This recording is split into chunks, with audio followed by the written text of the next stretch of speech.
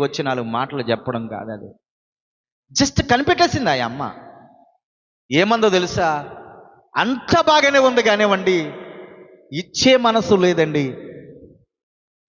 వాళ్ళ ఆయనతోటి అంటుంది, ప్రార్థన చేయండి అయ్యగారు సంఘం కోసం అని. చూడండి, ఆ లోటు అక్కడ ఆవిడికి కనిపించేసింది. ఆ సమస్య ఆవిడికి కనిపించింది, చెప్పింది ఆవిడ. జస్ట్ తెలిసిపోతూ ఉంటుంది.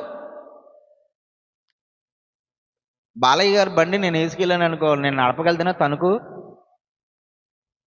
నా బండి ఆయన నడపగలుగుతాడా?